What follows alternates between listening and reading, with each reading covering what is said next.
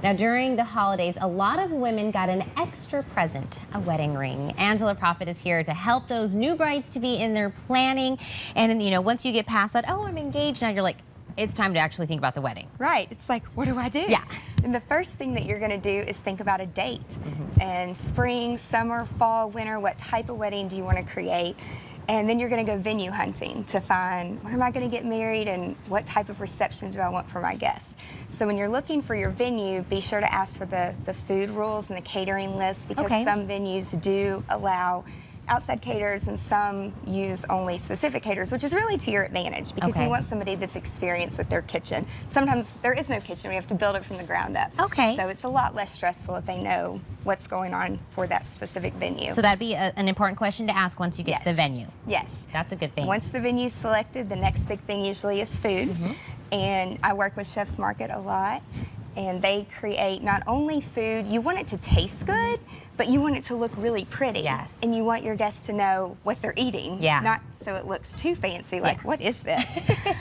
So some fun things to think about is what type of atmosphere do you want? Do you want it to be a cocktail style or stations where your guests can go and mingle a little bit more? Do you want that formal sit-down dinner? Which being in the South, we do a lot of formal sit-down dinners. But if you want to do something more fun and still have the formality of that, here's a few little things that, that you can do. Like you said, very visually appealing, but of course tastes good.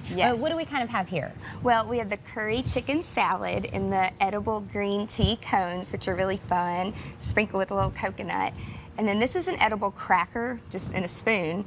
And you've got your roasted red peppers and a yellow pepper with some cheese and balsamic glaze, which is really yummy. And this is Chicago-style popcorn, like cheddar and caramel, which is great for a late night snack.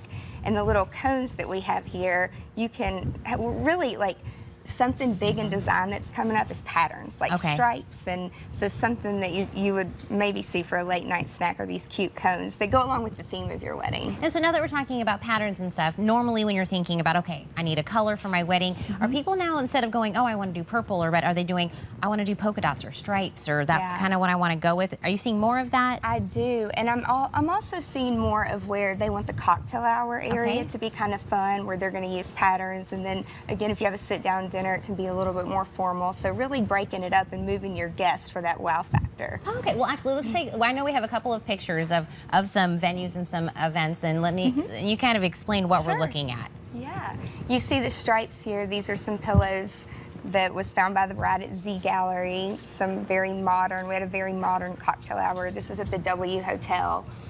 You'll notice the chevron pattern at the head table in the very center of the room that really illuminated the room very nicely. Okay, and these are great ideas. I know brides-to-be right now at home are like, ooh, I like that. And what's here? This is the monogram on a black dance floor. Just to personalize it, again, being in the South, a lot of brides love to monogram everything. And then what else? Here we go. Oh, the little Mr. and Mrs. signs on the back of the couch at the head table. That's very cute. And it's the personalized that a lot of people like. Yeah, this was at Bellmead Plantation last week. This was a European theme. So you see the bird baths in the center and the pottery that all of the flowers and the hydrangeas are in. And what do we have here? Chargers are really big. And placemats and napkin rings are really coming back into style. This coming up here. And then what do we have? This is also at Bellmead, just a little decor, Smilax greenery on the back of the bride and groom's chairs. Oh, and then I wanted to show the video again that we should, just because I love it so much. But this was kind of like what I would visualize in my reception, just very like dimly lit with like, are you seeing this a lot or more kind of like a spring kind of a theme? Well, this was a winter theme. This was just 3 weeks ago in New Orleans. And this bride, she loves purple, but she wanted very, very ambient lighting. We changed it throughout the night as well. So that was kind of fun. This was a little bit later on in the night. It was a little bit more white, tone on tone before the dancing started. It got a little bit more purple and clubbish. Oh, I love, love, love that. Now, Angela, if anybody wants to get a hold of you, you're a wealth of information. How can they do that? Yeah, my website is angelaprofit.com. It's 2 F's and 2 T's. And visit my website. Lots of pictures, lots of information. I have an office in Nashville, but I travel anywhere in the world.